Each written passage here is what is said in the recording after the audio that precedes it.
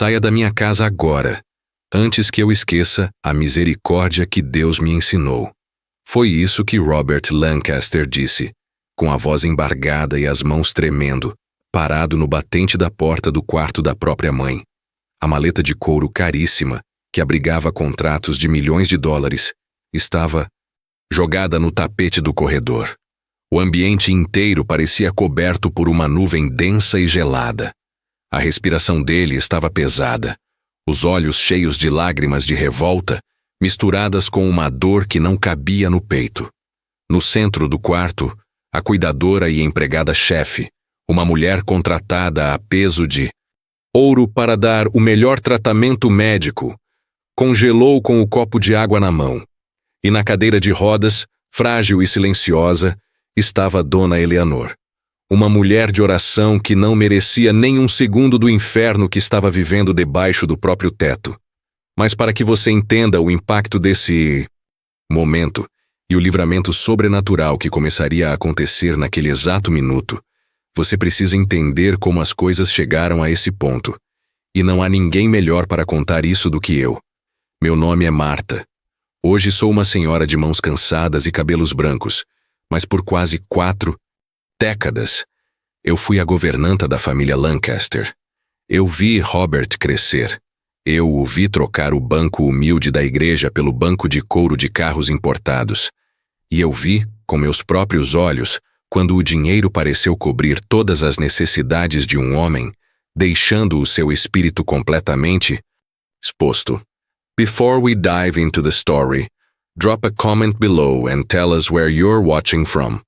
Enjoy the story. Robert não era um homem mau. Era o CEO de uma das maiores empresas de tecnologia do país. Seus dias eram divididos entre voos particulares, conselhos de administração e lucros que o ser humano comum jamais veria na vida. Ele acreditava firmemente que, com dinheiro suficiente, poderia resolver qualquer problema. Poderia curar qualquer doença, evitar qualquer dor e proteger todos que amava. E quando Dona Eleanor, sua mãe, teve um derrame que a deixou presa a uma cadeira de rodas e com dificuldades para falar, Robert não pensou 2 vezes. Ele transformou o primeiro andar de sua mansão em uma verdadeira clínica. Equipamentos de ponta, uma rotina rigorosa e, acima de tudo, a contratação de Sylvia, uma cuidadora de idosos renomada que cobrava uma fortuna para estar ali. Para a sociedade, Robert era o filho perfeito que dava à mãe o melhor que o dinheiro poderia comprar. Mas as madrugadas naquela casa contavam uma história muito diferente. Como governanta, eu passava grande parte do tempo na cozinha e nas áreas de serviço. Mas o meu coração sempre esteve com Dona Eleanor. Ela era o pilar espiritual daquela casa. Desde os tempos difíceis em que mal tinham o que comer, ela sempre mantinha o joelho no chão e a Bíblia aberta sobre a mesa. O Senhor é o meu pastor. Ela costumava sussurrar. Mas quando Sylvia chegou, as coisas começaram a mudar de uma forma sombria e silenciosa. Sylvia não era apenas arrogante. Havia uma atmosfera fria que a acompanhava. Ela fechava as portas, isolava Eleanor, impedia que eu passasse muito tempo no quarto. E pior, eu comecei a perceber que a saúde da minha querida patroa estava decaindo de maneira assustadora, e seus olhos que antes brilhavam de fé, agora carregavam uma sombra de terror e tristeza. Robert, cego pela confiança de que estava pagando pelo melhor serviço do mundo, passava meses viajando ou trabalhando até tarde, ignorando os sinais espirituais de que a casa estava sendo tomada por uma opressão terrível. Dona Eleanor não conseguia falar direito para denunciar, e eu, uma simples governanta idosa, sempre que tentava alertar Robert, era interrompida pela voz mansa e manipuladora de Sylvia, que convencia o milionário de que tudo não passava de confusões mentais próprias da idade. Ele estava distante de Deus. Ele havia esquecido que há proteções que só podem ser compradas com joelhos no chão, e não com contas bancárias recheadas. Até o dia do incidente, o dia em que Deus decidiu intervir no último segundo.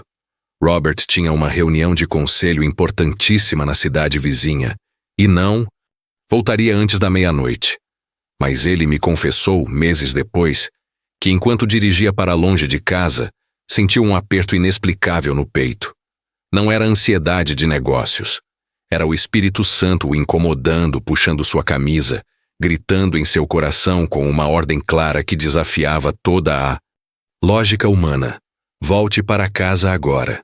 Ele tentou resistir, afinal era a reunião que definiria o semestre da empresa. Mas a angústia ficou insuportável.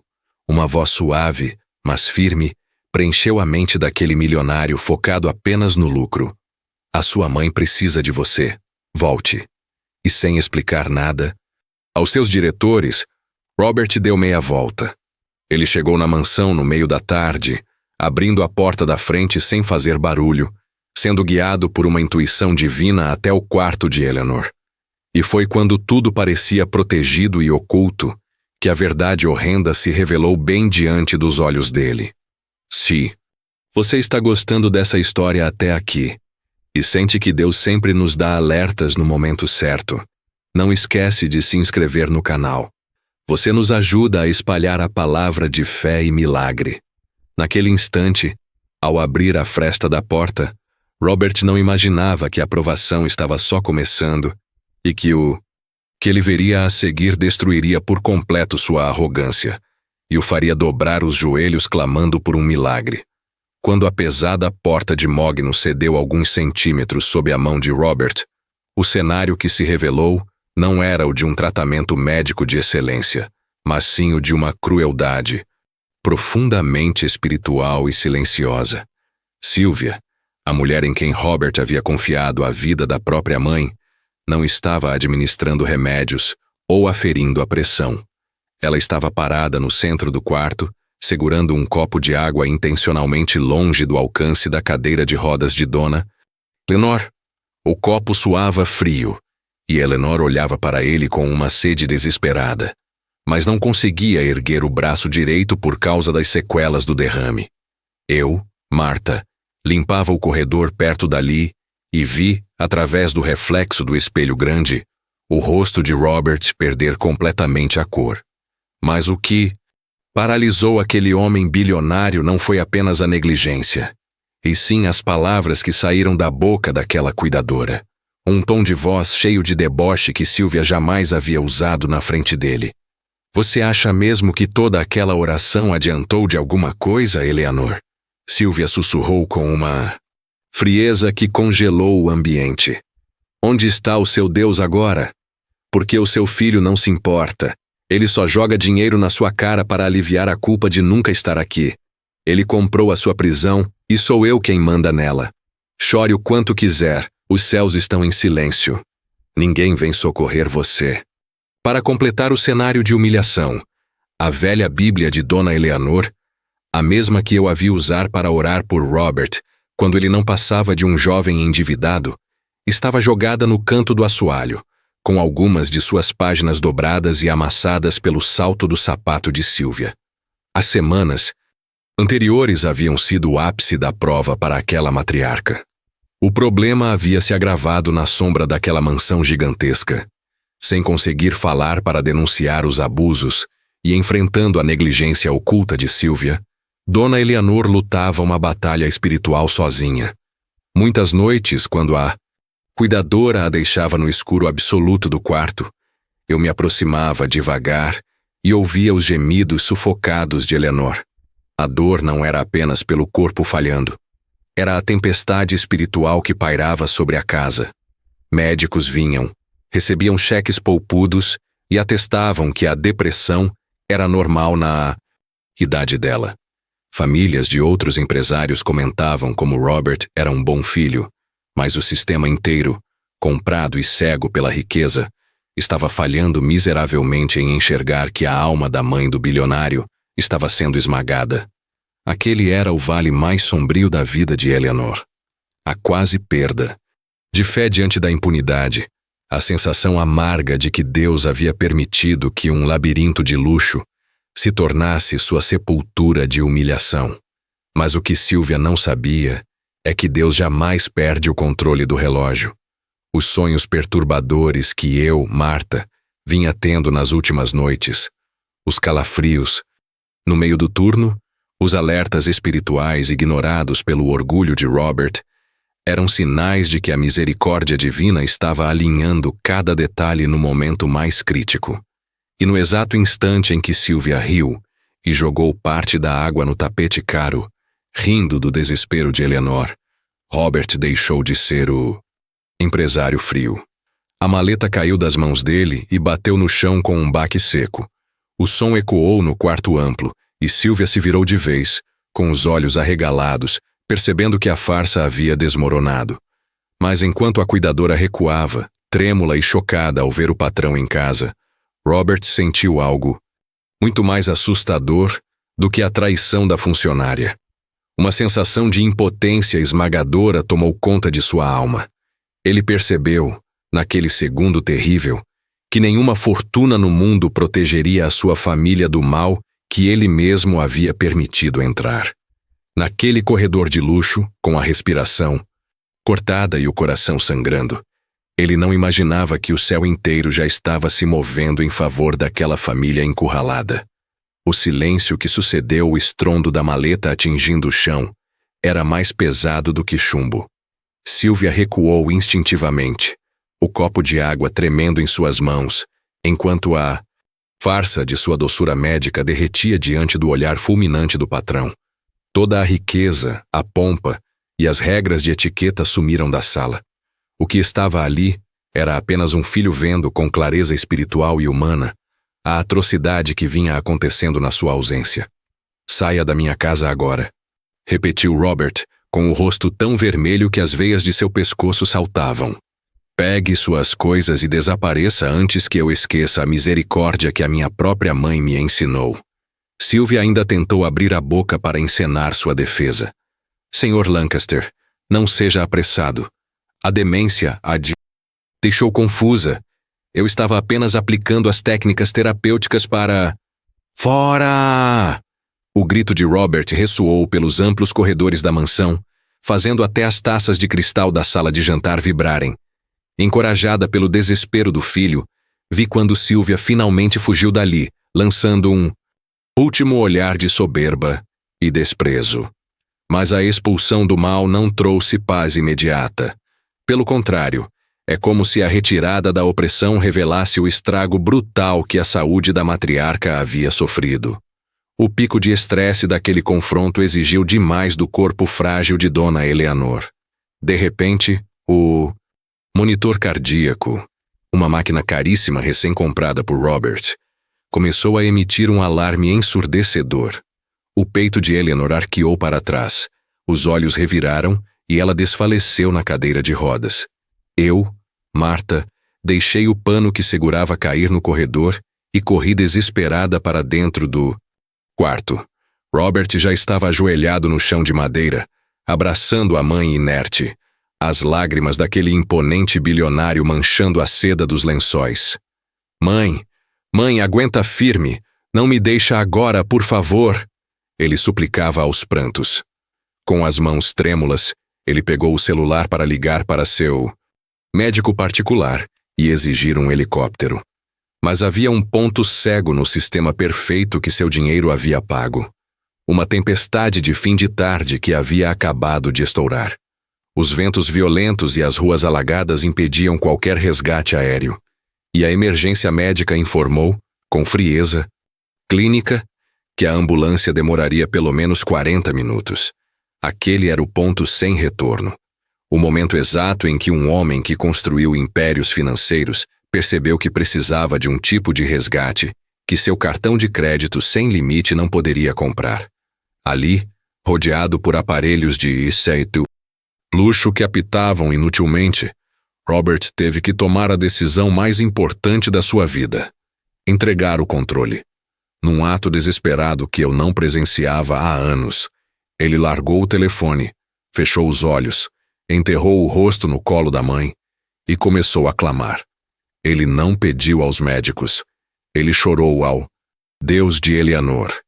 Estava disposto a trocar toda a sua herança por um milagre. Foi nesse exato segundo que a campainha dupla da entrada principal tocou. Era impossível alguém chegar debaixo daquela tempestade. Meu coração saltou e corri para atender. Ao abrir a pesada porta da frente, o rosto que vi me fez paralisar. Na soleira, ensopado pela chuva torrencial, segurando uma velha pasta desgastada, estava o reverendo Paul, líder da humilde igreja que Eleanor frequentava décadas atrás. Ele respirava fundo, o rosto banhado pela chuva, e seus olhos transmitiam uma autoridade que calafriava a alma. Marta, me perdoe a intromissão, ele disse com a voz firme. Eu estava no meio de um aconselhamento no escritório da igreja, mas o Espírito Santo tomou meu coração de tal maneira que me arrebatou do conforto. Deus me disse que a irmã Eleanor precisava da minha oração agora. Onde está o Robert? E foi quando tudo parecia absolutamente perdido. E os números no monitor da vida dela mostravam que suas forças finais estavam sumindo, que um movimento invisível de esperança sobrenatural começou a acontecer e mudar o ambiente inteiro. Pedi ao reverendo Paul que entrasse imediatamente. Suas pesadas botas pretas, encharcadas pela chuva, deixavam marcas escuras no tapete persa de milhares de dólares do corredor. Mas, naquele momento, as riquezas daquela casa não valiam absolutamente nada. O que importava era a autoridade espiritual inegável que aquele homem carregava ao caminhar. Quando entramos, no quarto, o cenário era desolador. Os monitores ao redor da cama de Dona Eleanor emitiam pequenos bips irregulares e fracos, anunciando que seus batimentos vitais estavam diminuindo perigosamente. Robert continuava ajoelhado no chão de madeira, agarrado à mão pálida do mãe, tremendo como uma criança que estava prestes a perder seu abrigo mais seguro. Quando Robert ergueu a cabeça e viu o pastor, o líder da mesma igreja pequena e de bancos lascados que ele havia deixado de frequentar assim que sua primeira empresa decolou, toda a redoma de orgulho do CEO ruiu. Não houve apresentações formais. Não houve explicações. Ela está indo embora, pastor. Robert soluçou com uma dor que rasgava a garganta. Eu contratei a melhor cuidadora. Comprei as melhores máquinas. Paguei os maiores especialistas do país, e eu a deixei na mão de alguém que a humilhava. O meu dinheiro não adiantou. De nada. Ajude a minha mãe, por favor. Qualquer outra pessoa da alta sociedade teria ligado para outro médico ou entrado em pânico, mas o reverendo Paul permaneceu incrivelmente sereno. Ele não correu para os aparelhos nem se desesperou. Seu semblante transmitia uma paz tão densa que até mesmo a tempestade monstruosa que quebrava contra os vitrais do quarto parecia distante. Ele se ajoelhou ao lado de Robert, colocou uma das mãos sobre os ombros do bilionário e, em vez de orar pelas máquinas ou pela cura instantânea, revelou a estratégia que Deus havia dado. Robertzinho, o pastor o chamou, pelo apelido que usava há mais de 20 anos, num tom acolhedor. Sua mãe sempre soube que as máquinas não podiam salvá-la, mas o que estava quebrando o espírito dela não era apenas a doença, e sim a angústia de ver o próprio filho distante do Senhor. Aquele mulher perversa foi apenas a brecha que encontrou espaço nessa mansão. E se quisermos ver Deus visitar este quarto hoje, antes de pedir que Ele toque o corpo de Eleanor, você precisa pedir que Ele toque o seu próprio coração. Robert engoliu seco. Parecia uma direção contrária a toda a urgência do momento. Eleanor estava ficando cada vez mais pálida na cadeira, e o pastor estava pedindo a Robert um momento de cura interior e submissão. Seria uma insanidade para qualquer médico. Mas no fundo, Robert sentia que aquela era a verdade irrefutável. A atmosfera sombria, que a cuidadora Sylvia havia alimentado, só seria expulsa pela verdadeira contrição. O que eu preciso fazer? Robert murmurou, debruçado sobre a cadeira da mãe. Você precisa se humilhar perante o único que tem a última palavra, instruiu o pastor Paul. Peça perdão a Deus, Robert. Peça perdão pelas vezes em que você confiou mais na sua conta bancária do que nele. Peça perdão pelo orgulho que o cegou, impedindo-o de enxergar a maldade na sua própria casa. Abra a porta do seu coração e deixe o Senhor entrar primeiro, para que o milagre da sua mãe encontre passagem. E foi ali, no meio do quarto recheado de tecnologia e riqueza, que eu testemunhei a maior operação que o dinheiro não comprava. Robert fechou os olhos apertados. Chorando compulsivamente de forma tão sincera e vulnerável, um dos 10 homens mais ricos do país começou a confessar suas falhas em voz alta perante Deus. Ele pedia perdão pela ausência amorosa, pelo vazio que tentava preencher apenas assinando cheques. Ele dizia que desistia de ser o provedor absoluto para finalmente aceitar voltar a ser apenas filho de Deus. A cada palavra de arrependimento, algo sobrenatural começou a se manifestar da forma mais discreta e arrepiante.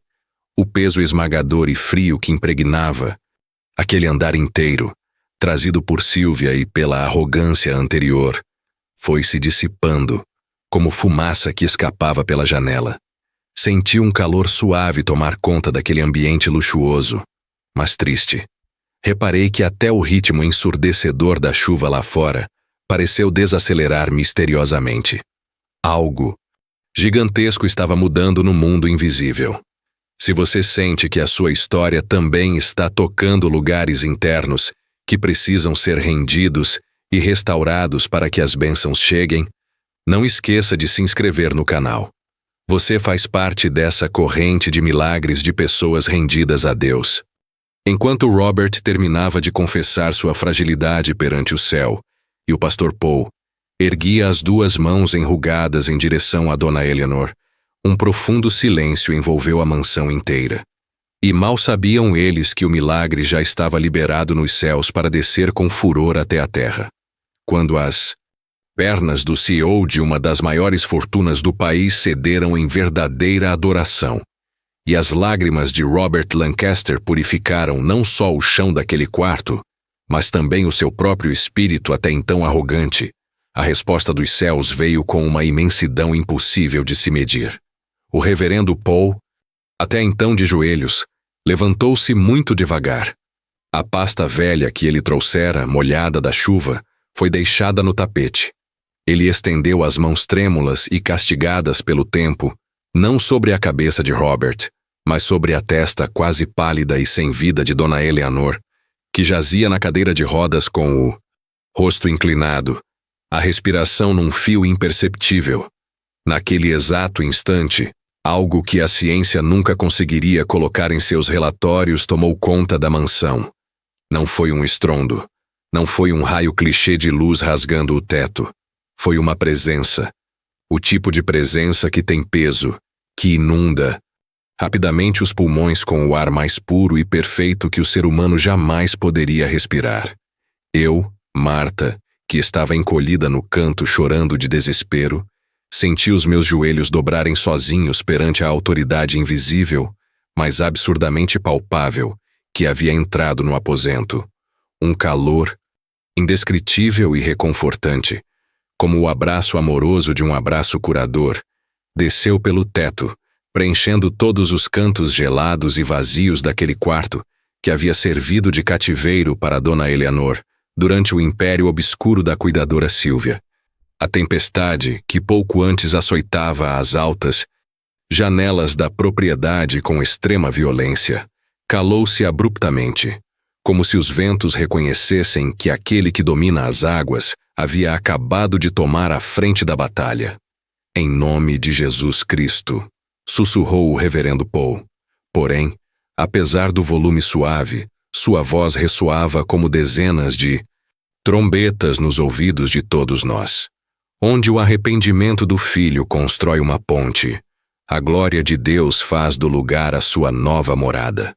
A opressão foi quebrada, e a doença perdeu o seu direito sobre este corpo. Espírito da enfermidade, solte as amarras da morte e devolva o vigor da vida que a ele pertence. Robert parou de soluçar por um segundo, perplexo, ainda ajoelhado, com as palmas pressionadas contra o piso. O rosto dele, coberto pelo sal das lágrimas de redenção, se ergueu bem a tempo de testemunhar o que tornaria inútil os dezenas de diplomas espalhados pela cidade. Os monitores ao lado do leito improvisado deram o primeiro sinal. Uma máquina alemã caríssima, que dias antes indicava baixos níveis de oxigênio crônicos e um ritmo de agonia que beirava o coma, de repente fez um barulho agudo de recalibração. O bip, que poucos minutos atrás era raso e intermitente, mudou de tom e passou de um alerta contínuo para o som firme, metódico e rítmico dos batimentos saudáveis de um jovem no auge de sua performance física. Foi então que eu vi a mão direita de Dona Eleanor, que estivera paralisada e presa num garfo cruel, sequela trágica que o acidente vascular cerebral impunha. Havia mais de um ano se moveu. Primeiro, o mindinho deu um suave solavanco. Depois, os outros dedos se esticaram, os nós estalaram em movimentos bruscos, e como quem liberta uma ave há muito tempo engaiolada, a mão dela inteira se abriu. O sangue rubro escarlate banhou com extrema rapidez os veios da palma e do pulso dela. As bochechas lívidas, antes da cor do mármore mais pálido e deprimido, começaram a queimar num tom vermelho rosado de vitalidade radiante. Robert quase parou de respirar. O peito do CEO subia e descia descompassado frente a um espetáculo de restauração sobrenatural, indescritível. A matriarca da família inspirou fundo, tão profundamente que as narinas se abriram de forma enérgica e jovial, puxando todo aquele ar santo e quente que preenchia o ambiente. Seus olhos, por tanto tempo focados no chão de terror sob as amarras de Sylvia, se arregalaram cintilantes, brilhantes como chamas de esperança finalmente acesas. E não para por aí. Eleanor não se contentou em apenas abrir os olhos ou respirar arremessando os ombros de volta aos eixos vitais. O cérebro danificado reconectou cada tecido rompido pela morte. A cura biológica aconteceu em instantes perante nós. Com as próprias forças celestiais que invadiram sua corrente sanguínea, ela firmou ambos os pés no chão, empurrou com brutal coragem as barras laterais da caríssima cadeira de rodas e, tremendo num assombro maravilhoso, colocou-se totalmente e assustadoramente de pé. O silêncio esmagou os sons do quarto. Eu prendi o ar nos pulmões até sentir os olhos arderem de tanto choro sagrado. Eleanor olhou para Robert, o filho ainda de joelhos no assoalho, completamente perplexo com o rosto encharcado. E a velha senhora emudeceu o lumen científico, não com murmúrios imperceptíveis frutos das sequelas e da fala arrastada, mas com um grito límpido, entoado, impecavelmente vocalizado e banhado da unção, dépito e totalmente limpo na sua presença. O Senhor visitou a sua alma, meu filho. Jesus te ouviu, ele ouviu a tua voz debaixo dessa dor. Robert desabou num choro mais forte ainda. Ele avançou pelo carpete e se atirou contra a cintura da mãe viva e restaurada, que permanecia de pé sem necessidade de rodízios terapêuticos nem apoios estofados de couro importado. Quando ela tocou os cabelos do filho empresário com ambas as mãos em total harmonia nervosa e mecânica, o milagre se completou e sacramentou em seu mais poderoso ato. O choro misturado de nós quatro parecia uma canção sinfônica celestial diante do alívio divino absoluto recriado naquele lugar. No exato instante em que o milagre ocorreu, ouviu-se, por fim, as sirenes da ambulância da alta classe particular, adentrando o casarão, em pânico pela urgência médica pedida minutos atrás durante a revolta. 3 paramédicos invadiram a residência, espirrando a água da chuva no saguão. Empurraram a porta do quarto da paciência prontos para usar o choque do desfibrilador sobre qualquer pessoa agonizante na cama. Entretanto, congelaram, na ponta da porta, com os equipamentos atirados na cintura e as testas encharcadas, a perderem o chão, vendo a suposta paciente moribunda afagar calorosamente a cabeça do bilionário de rastos abraçado aos seus quadris de pé no centro do quarto majestoso, chorando com alegria vibrante. O clima, sagrado, divino e avassalador, que exalava de Eleanor, escondeu na penumbra qualquer tecnologia humana de salvação emergencial ali disposta. O silêncio curador prevaleceu. A humilhação de Sylvia e seus dias amargos na casa já não pesavam para Dona Eleanor. A provisão havia se cumprido e a vida estava de pé. Mas o que ocorreu depois deste milagre grandioso, no dia posterior à purga sombria de Sylvia e o início de uma nova família em um novo cenário celestial dentro da família milionária, foi ainda mais majestosamente surpreendente do que as evidências físicas deixadas naqueles dias finais de fúria e fé transbordante do nosso CEO. Nos meses que se seguiram ao milagre daquela tempestuosa tarde, a imponente mansão da família Lancaster sofreu uma transformação que dinheiro nenhum neste mundo poderia financiar. Ela deixou de ser um monumento de ouro erguido para abrigar a solidão de um trabalho frenético e transformou-se em um lar iluminado e cheio do Espírito Santo. O quarto que antes cheirava a formol e estava empilhado de caixas de seringas foi esvaziado. Todos aqueles equipamentos caríssimos e modernos, aos quais Robert havia confiado a vida de sua mãe, bem como a famigerada cadeira de rodas em que Eleanor passara os piores momentos de opressão sob os domínios maldosos da cuidadora Sylvia, foram prontamente doados a instituições de caridade cristãs da região. Havia agora ali um simples, mas poderoso, banco de oração rente à janela voltada ao jardim. Dona Eleanor nunca mais teve indícios de sequelas cardiovasculares. O seu sorriso, outrora preso, retomou fôlego de vida na calada das manhãs, quando passou a regar as flores ouvindo antigos hinos cristãos, em alto e bom som pelas varandas, com alegria pujante. A neurologia do país tentou dezenas de vezes buscar laudos para explicar como tecidos mortos no córtex daquela matriz centenária e paralisia severa foram completamente revertidos em fração de 1/4 de hora. Mas a família recusou servir de matéria científica, testemunhando aos prantos durante todos os domingos apenas o que a graça e o Deus único e verdadeiro lhes havia providenciado. Robert alterou para sempre sua relação com o corporativismo empresarial que beirava a perdição humana da sua alma estressada. O CEO frio, distante, que se pautava pela lógica financeira inescrupulosa e enxergava sua paz debaixo de cifrões, sumiu completamente de sua essência moral. Os diretores de suas companhias chocaram-se quando as maiores fatias massivas dos lucros milionários foram destinadas, ao invés da expansão luxuosa ao ocidente milionário asiático, para hospitais filantrópicos e congregações interioranas sem verbas, como a pequena igrejinha e de poucas paredes pintadas do Pastor Paul, que o bilionário enfim retornou sem constrangimentos de trajes ou protocolos engessados de vaidade. A respeito de Sylvia, dias após a expulsão, ela tentou espalhar boatos cruéis para sujar o nome do ex-patrão no meio social dos abastados.